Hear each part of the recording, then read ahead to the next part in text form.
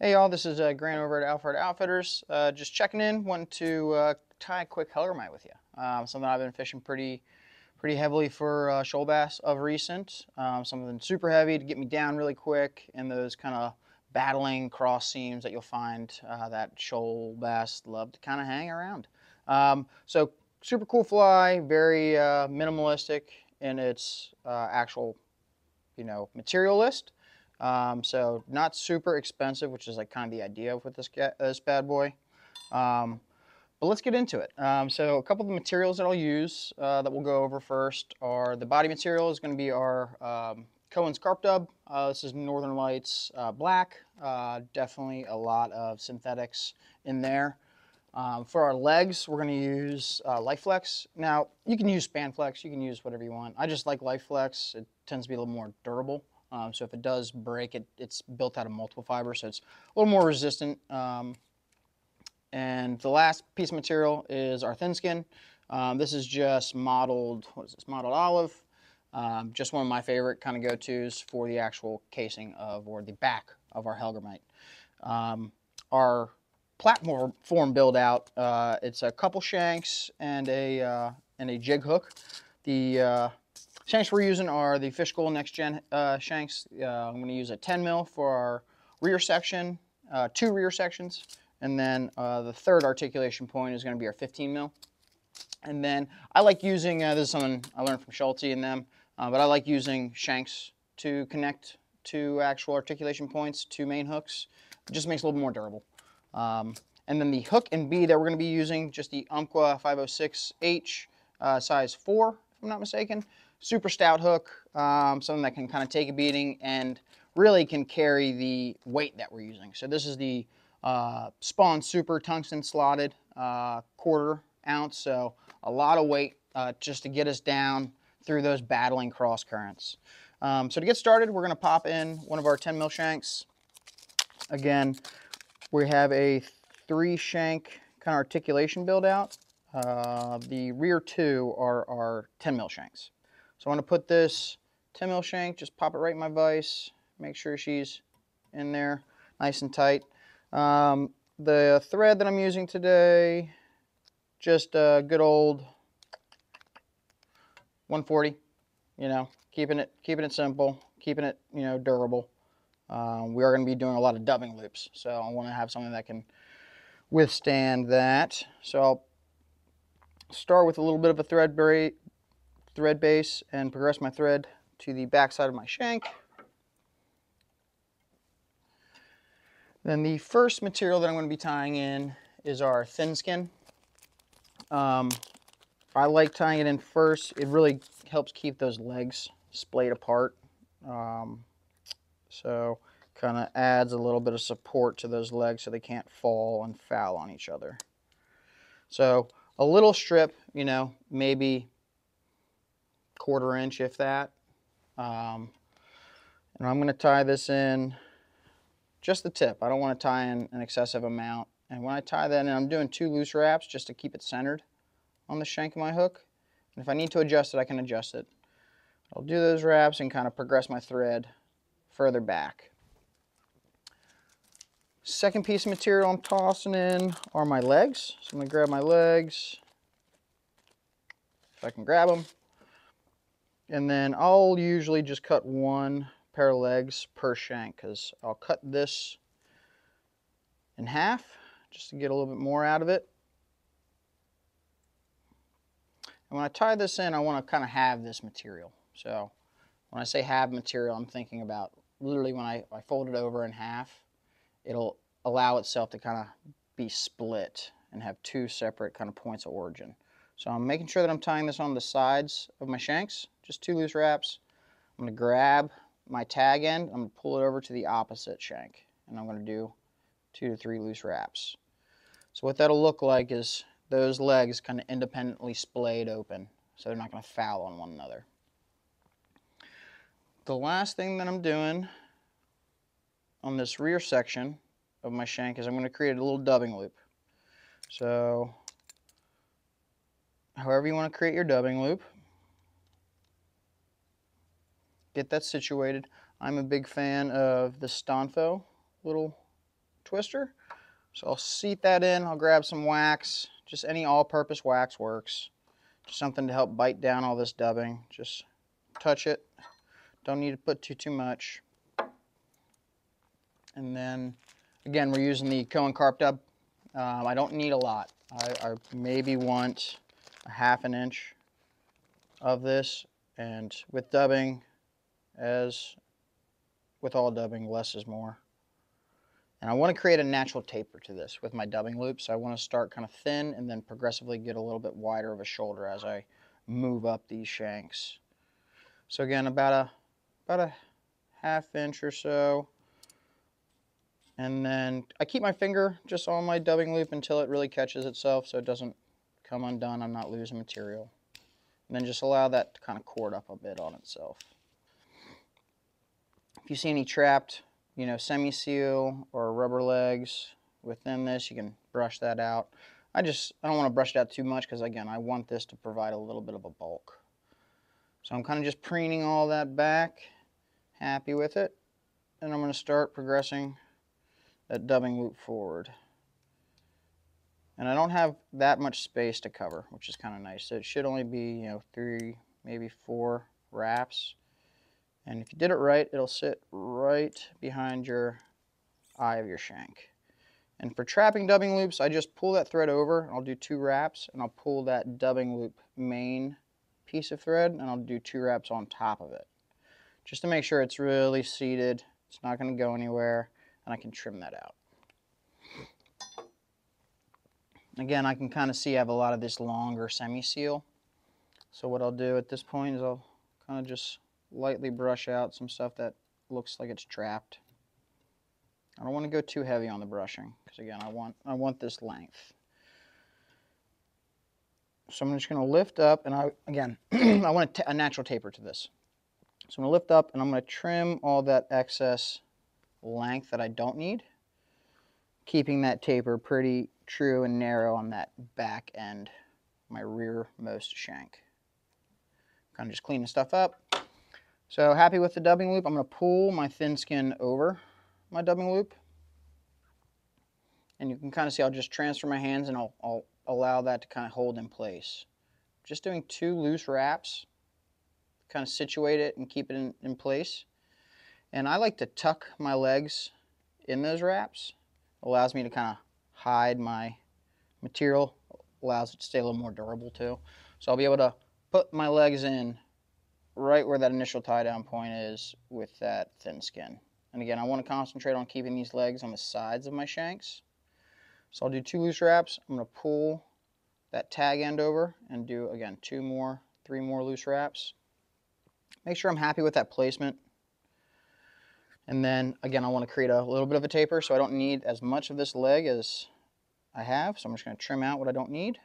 And I'm keeping it pretty short initially, maybe a 1/4 inch or so of that leg. So again, not much. And then just to make sure everything's secure down, I'll pull that thin skin back, do a couple loose wraps, and this is when I'll finish my first shank. 1, 2. Make sure she's seated and well knotted. Trim out my tag, and then I can take that thin skin, I can trim that out at this point in time. So I'm done with my first rear shank. Make sure you're happy with how everything is seated. If you need to adjust, you can kind of still adjust at this point. When you're happy with everything, hit it with a little glue or resin. We're just going to use a little bit of a Solar Res Thin right now, a little bone dry. And again, just a light coating, just enough to saturate that thread.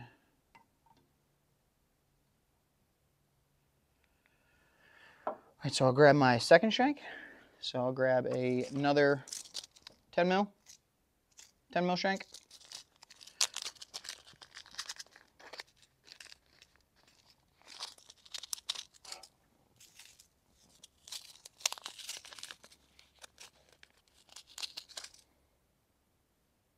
And then when you're connecting these, you make sure that you're using your kind of like triangle end as your connection point between your shanks. It's going to have a little bit more movement to it.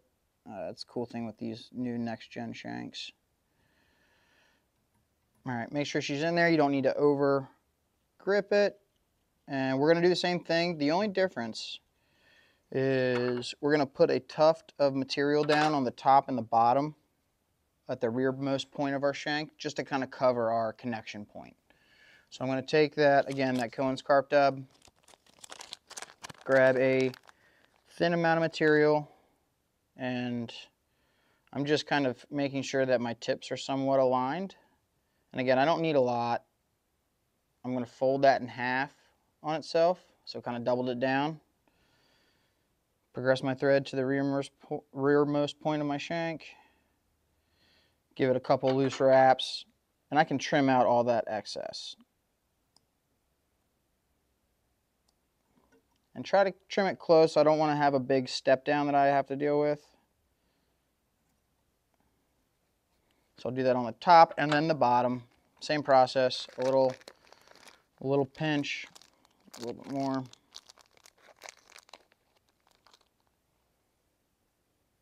Line those tips as best you can.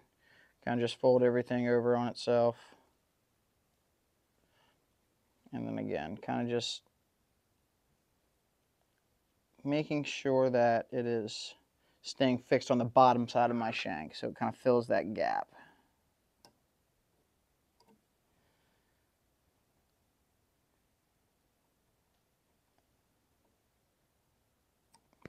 All right.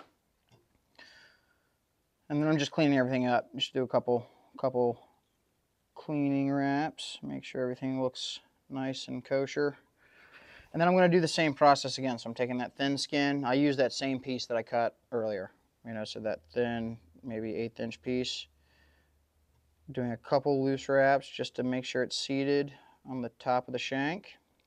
I'm going to take our Life Flex, so our leg material, kind of measure it in half, cut one, set it to the side. Again, focusing on making sure these are tied down on the sides of the shank so they don't roll on you. Because if they roll, they'll kind of get lost in the body. Because again, I'm trying to trim these down. And as I go, I can kind of have like a guideline of like the actual length that I need for these. So I'll progressively add a little bit more each time as I go forward. So another dubbing loop.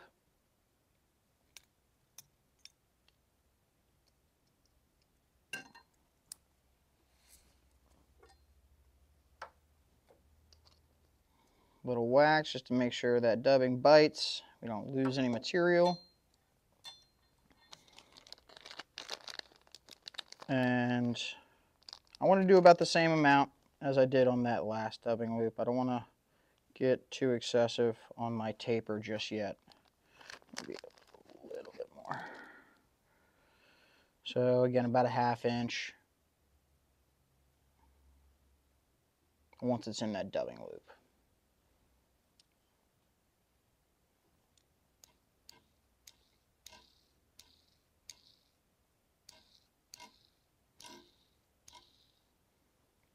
And then you can lightly brush it out at this point. Just make sure I'm not trapping a bunch of material down. I'm not digging at it. I'm kind of just lightly suggesting some of these come undone from knotting on one another. All right. Happy with that. And I'm kind of preening everything back, trying to keep the tips as long as they are right now, because I'm going to trim them. So I want to keep that bulk while I can. And again, should sit right behind that eye of the shank. Just doing, again, those 2 wraps to trap that dubbing loop, and I'll pull that dubbing thread back on that dubbing loop, and I'll do about 4 or 5 wraps on top of it, just to really make sure it's secure. At this point, if I want to brush out a little bit more, totally go for it. Not really hammering down in it, but just lightly suggesting it comes undone. And then again, I want to kind of pull that material up, trim out, leaving a little bit more than I did on that last trim. So it's starting to kind of progress on the width of this taper. I'll do the same kind of angle and cut I did on the top side as I do on the bottom.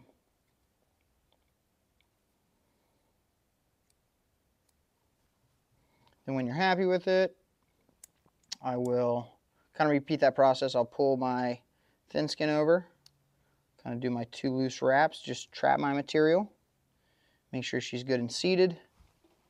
I'll take that second piece of my light flex, again making sure that I'm tying it onto the sides of the shank, not on the top.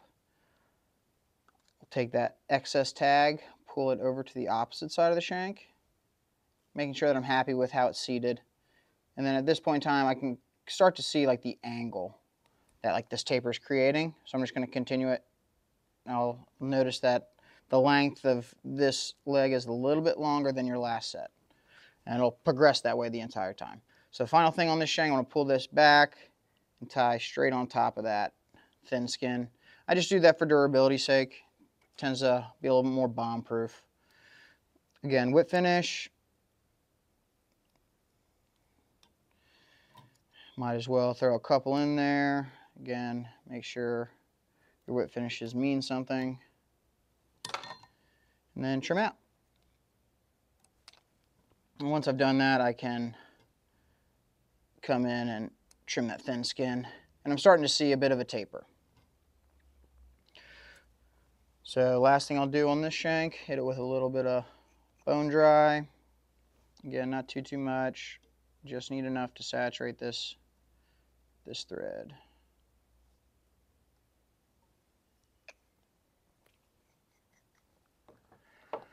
Don't get UV lights in your eyes.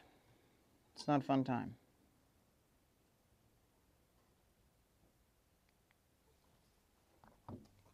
All right, stepping up to the big boy shank. Big boy, 15 mil. So we're going to take our 15 mil shanks as our next step in our progression. Grab my shank. Again, doing it the same way. Just make sure that you're paying attention of where my thin skin's backing is. You don't want to have this go topsy-turvy on you and notice I'm going back and forth on where I'm laying down my casing on this fly. So again, the first thing I'm doing that little tuft of our Cohen's carp dub.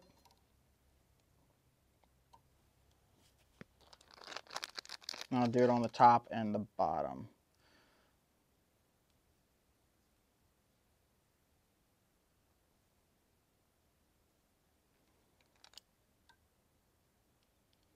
And each time I'm tying this, I'm pulling material up, just really enforcing the fact like I want it to stay on top of this shank. I don't want it to spin on me. I don't want it to roll on me.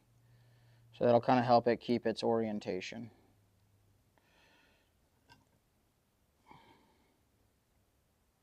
And again, I'm going to add a little bit more each time that I'm allowing to stay on here. It's going to add to that taper as I progress up these shanks.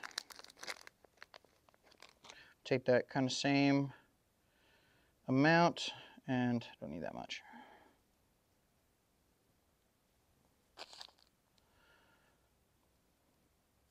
And again, the tips of that dubbing are going back on itself. This is just filling that gap that that's created as I build this foundation of this fly out. So again, I'll lift up material and trim excess that I don't need. Then I'll lift up and I'll trim all those tips. And then from here I just clean up. I clean up all those tips, do a couple, 15, 20 wraps, however many you want to do.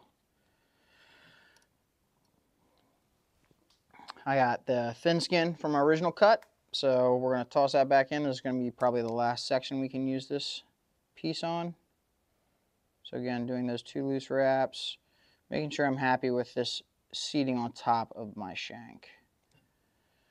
I'll grab my Light Flex legs, trim those out, and again, doing the same kind of process as I was doing on my previous shanks.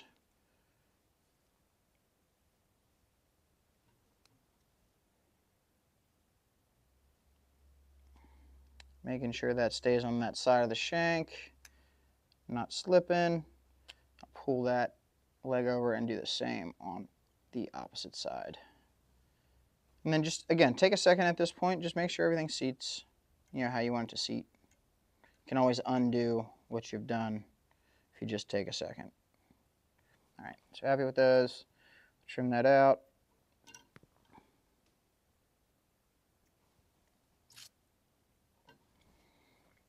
And I will get my dubbing loop started. This is going to be a little bit bigger of a dubbing loop, so I need to just add, instead of maybe a 1/2 inch of our dubbing, maybe a full inch, just to kind of fill that space. Again, I'm going to seat that dubbing loop, prep it, hit it with some wax.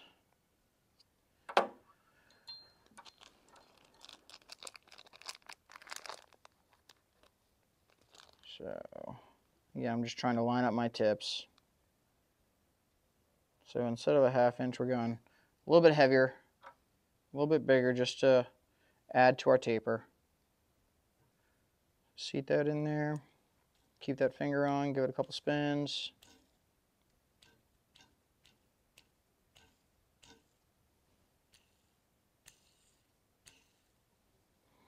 And then kind of just lightly brush out. Just make sure that I can get as much of this trap material as possible. If I see any like super long legs, just pop them out too. They'll pop right out. Kind of preen everything back, just kind of prep that dubbing loop. And then slowly progress that forward with touching wraps. Keeping in mind each wrap that I really want to try to focus on palmering this dubbing loop as best as I can, just so it doesn't trap any of my material down. Do my 2 wraps, pull that dubbing loop thread back, hit it with 4 or 5, just kind of cleaning things up. Trim out. So I'm going to brush this out a little bit.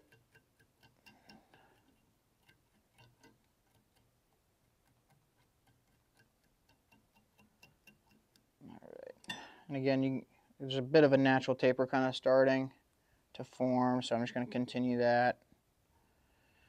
I'm going to lift all my excess dubbing up, kind of pop her flat.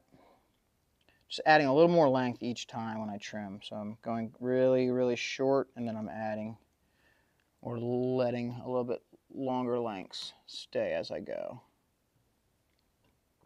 All right, so happy with that. I will pull that thin skin forward.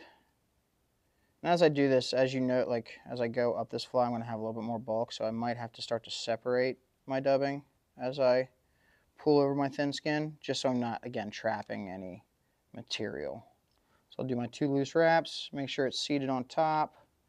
Happy with that. I'll take my legs. Again, really focusing on setting these on the sides of the shank.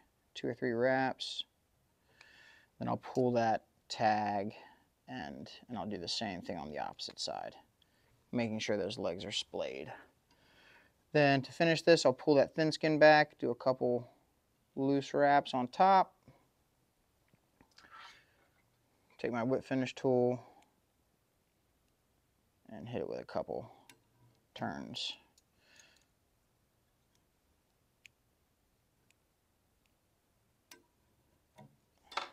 And I can trim all that out. And then lift that thin skin up, and you can trim that out at this point in time.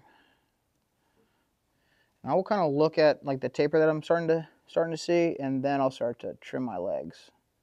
So on the back ones, on the rear ones, I can kind of trim all willy-nilly like. As I'm moving up this, I really want to like look at this fly and see what the taper looks like so far, and cut accordingly. So happy with that, but it's a good thin kind of flat profile to it, which is why I like it so much. All right. So this section is our hook section. We'll take our Umpqua 506. These are the heavy boys. Take one of these, fishing them in a size 4. And then I'll take one of my Spawn Super Tungstens, my quarter jig. And prep that. And then before I actually set this aside, let me finalize and finish this fly with a little bit of bone dry.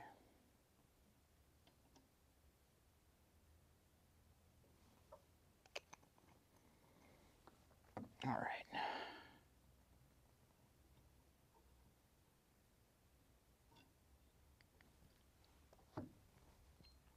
So I'll set this aside.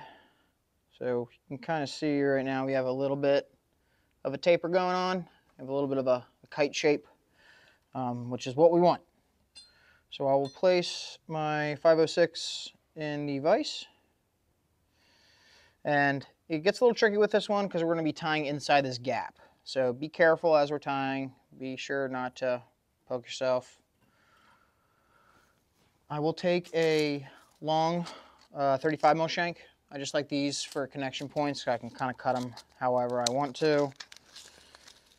And keep one. And I still want to use this triangle side, you know, for my connection point. So I'm going to cut off this end. Be careful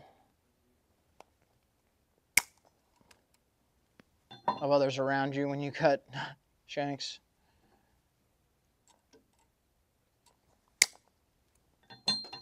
And I'm kind of just lining things up, seeing if I need to adjust and trim a little bit more down.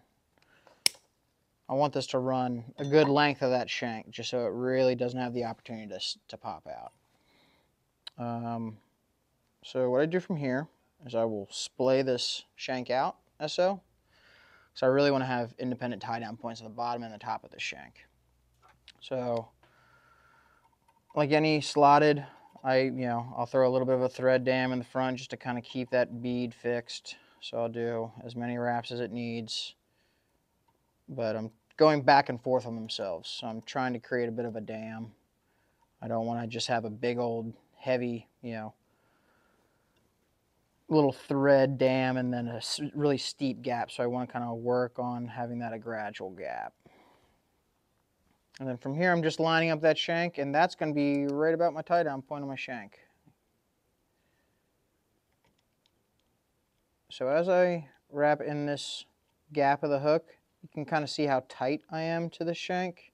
There's not a lot of excess thread hanging around. I'm really tight to my hook shank right now. I'm just trying to do as precise wraps as possible. Just really binding her down.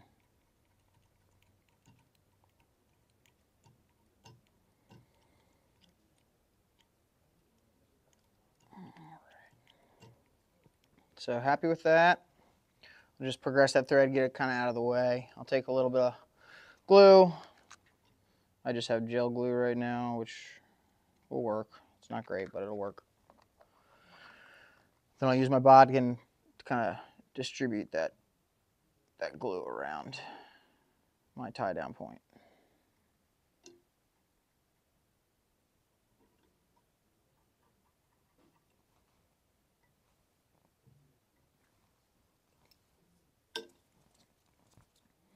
Again, make sure that like the orientation of me setting this in is correct, because I want the thin skin casings that we've been creating this entire time to ride hook point up with this actual hook. So I just want to take my time, look at the orientation of it, making sure that my actual thin skin casing that we've been building this entire time lays incorrect. At this point, I'll kind of just pinch that shank down and marry that back on itself. Doing some touching wraps, really building a bit of a thread cast.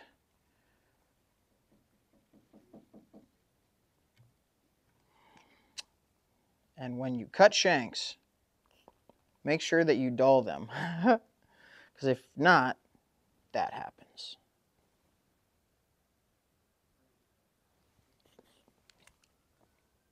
But if that happens, just keep going. It's not a big deal. If you did want to kind of cover that, which it's not a bad idea, just do some loose wraps over that kind of bird edge on our shank, and then kind of go back over it with some tight wraps. All right. So at this point, we are good to go. We'll start on setting her up. I'm just going to do a little bit of thin layer of glue again, just make sure she is bound in there nice and tight. Again, get the bodkin, kind of distribute that glue around, making sure this thing is bomb-proof as possible, because with as much weight as there is on this fly, it's going to be banging around rocks a good bit, especially chasing shoal bass. All right, so again, like the previous, oh, if you have a hair clip's great to use for this fly. Just keep everything out of the way. So first thing, just like our previous shanks, we're going to cover this gap with a little tuft of dubbing, and we'll use that on the top and the bottom.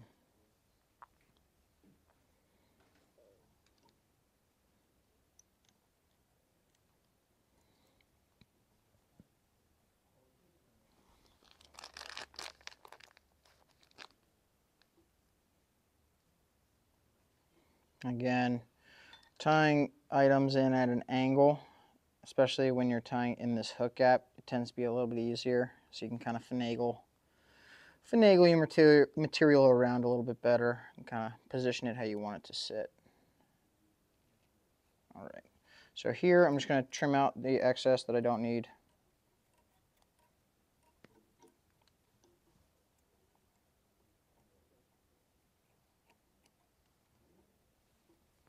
All right, and I'll do the same with the large thin tip sections of my Cohen's carp dub. Make sure you're happy with how it's distributed. I want to be able to really cover that gap of those shanks, and then just kind of clean up all those dead tips from your dubbing.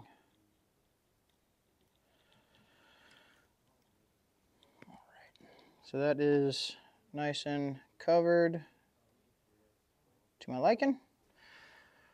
I'm going to take a larger section of thin skin this time. So, same color that we're doing, just instead of that 1/8 of an inch, I'll probably do closer to 1/4 inch, just a little bit heftier.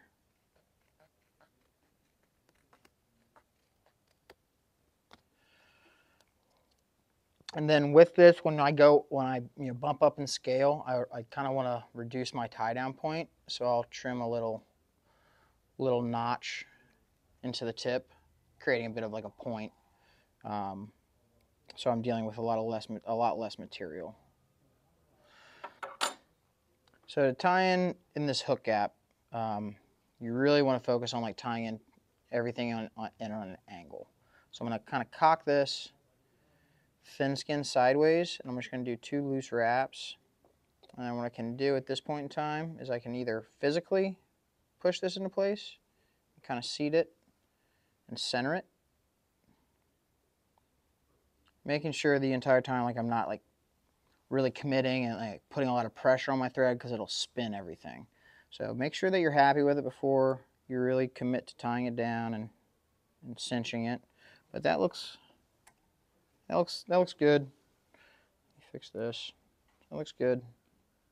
So again, I'm doing really tight wraps. Kind of see how tight I am in this hook gap. I'm just going to progress this all the way back to where my initial tie down point was. So happy with that. And then next I'll grab some more Light Flex legs. Doing the same thing. So I will trim this in half.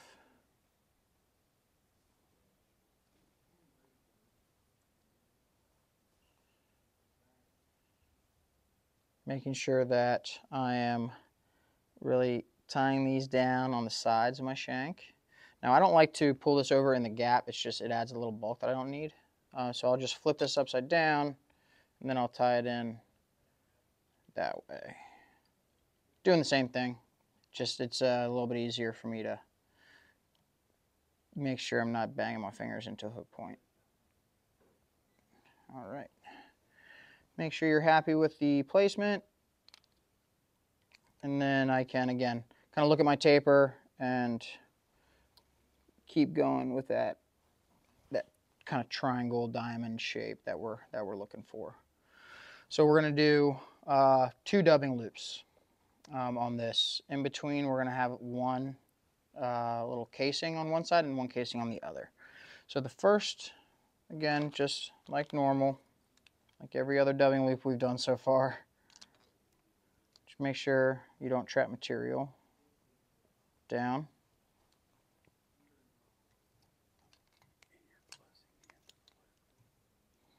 And I want to make sure that that is locked secure. I'll grab my dubbing loop spinner, hit it with a little wax. And again, I'm using a little bit more this time, so you know how we progressively add a little bit longer and taller of a dubbing loop. So I will probably go to closer to like a full inch instead of a ½ inch, just because we have a good amount of shank to work with. So make sure that all my tips are kind of oriented the same way. I want to progress this thread out of the way before I start.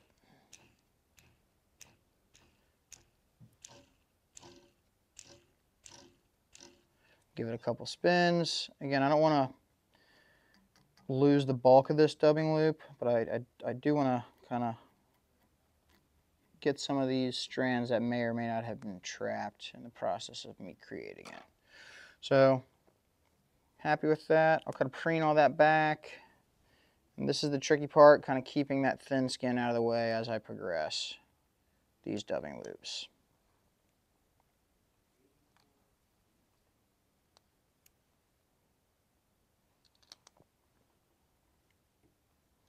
And again, trying to do as, you know, concise, you know, touching wraps as I can with my dubbing loops. Don't want to go crazy and trap a bunch of material, but I want to have, you know, them as close as possible to one another. All right, let's cut that dubbing loop out. I'll brush it out a little bit. Again, making sure that I have the bulk that I need for my taper. And then I'll lift and trim all material that I think is just a little too long that I don't need.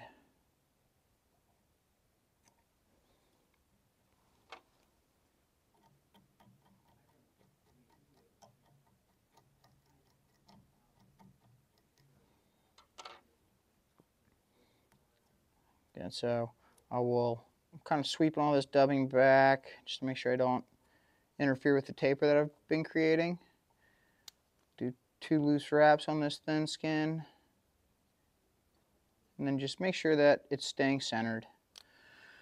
So before I continue to my next, I'll pop in another set of legs. And again, just 2 loose wraps, kind of making sure that they're on the sides of the shank. I'll take that excess and I'll fold it over to the opposite side of that shank and trap down my secondary set of legs. And really working with that taper that I've been creating this entire time. Just kind of going along with that. Now at this point, I like to pull this thin skin back over itself. I think it just adds durability. And then I'll trap it down and create a bit of a thread cast over top of it. So when I pull this over again, it has a bit of a shingled like shell effect. So this is going to be our last dubbing loop. I'm not having to do a tuft. I'm just going creating another dubbing loop. So this is going to be our last one. I will trap that thread, progress it back, and then get that bobbin out of my way. Just like all of our other dubbing loops. What is this, number 8 maybe? I don't know. Let me know how many I've done so far. So prep that, and I'm doing about the same amount, about 1 inch, you know, width dubbing loop. And when I say inch width dubbing loop, like I want this to be about 1 inch or so. So the ones in our previous shanks are about a ½ inch or a 1/4 inch. So I'm progressively adding a little bit more each time to acquire a little bit more of a bulk.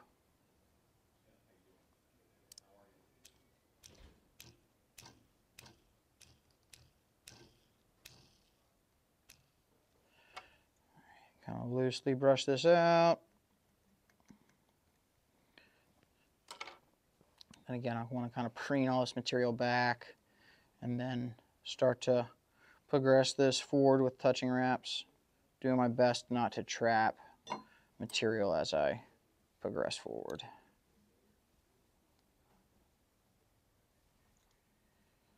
And it should line up as so. And I'm just treating this like any other dubbing loop. I'll do 2 wraps to trap, I'll pull it back, do a couple more to really secure, and then I will trim that out. So we're almost done. We will take our comb again, just kind of brush out, make sure that we're achieving that taper that we're going for this Hellgy-Boy. And then I will kind of lift out and trim if need be. You won't need to trim much at the end because, again, I want a kind of wider taper at this point.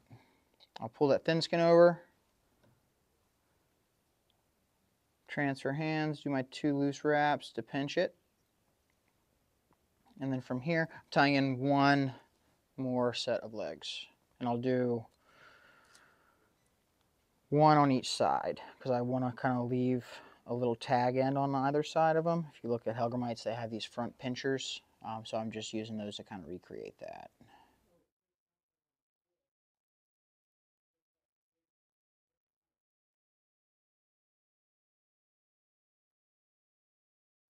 All right, so I got my 2 set there. I will spin, rotate my vise, and I'll set my last 2. Again, just really focusing on like having them set on the sides of the shanks of the hook. So I'm gonna finish up by just trimming my legs accordingly. I'll usually go a little shorter, and then I'll leave them kind of long up top. So it kind of looks like so. From here, I'm just pulling that thin skin back, and I'm going to whip finish a couple times, making sure that she is good and seated.